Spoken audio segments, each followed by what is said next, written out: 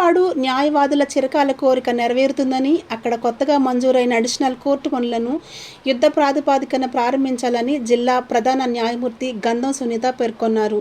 సోమవారం సాయంత్రం రాజమహేంద్రవరంలోని జిల్లా కోర్టులో ప్రతిపాడు బార్ అసోసియేషన్ నూతన ఎగ్జిక్యూటివ్ కమిటీ సభ్యులు ఆమెను మర్యాదపూర్వకంగా కలిశారు.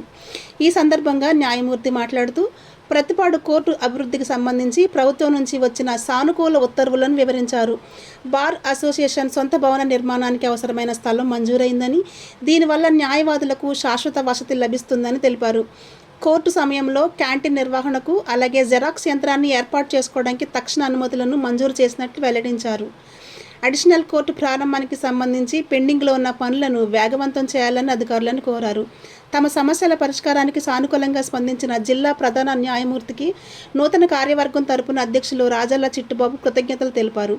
ప్రతిపాడు కోర్టును జిల్లాలోని ఆదర్శవంతమైన కోర్టుగా తీర్చిదిద్దేందుకు కృషి చేస్తామని ఈ సందర్భంగా న్యాయవాదులు ప్రతిజ్ఞ చేశారు. ఈ మర్యాదపూర్వక భేటీలో బార్ అసోసియేషన్ ప్రతినిధులు అడారి సుగుణ, బొంగుళూరి మధుబాబు, గెడ్డం కామేశ్వరరావు, అవసరాల దేవి, వీరితో పాటు మంచికంటి శ్రీనివాస భారతి, లింగంపల్లి శివకుమార్, కల్వపల్లి సుజన మరియు సీనియర్ సభ్యులు కూచిమంచి సూర్యప్రకాశరావు, రాయి అచ్యుతరావు, బత్తుల రవికుమార్ తదితరులు పాల్గొని న్యాయమూర్తికి ధన్యవాదాలు తెలియజేశారు.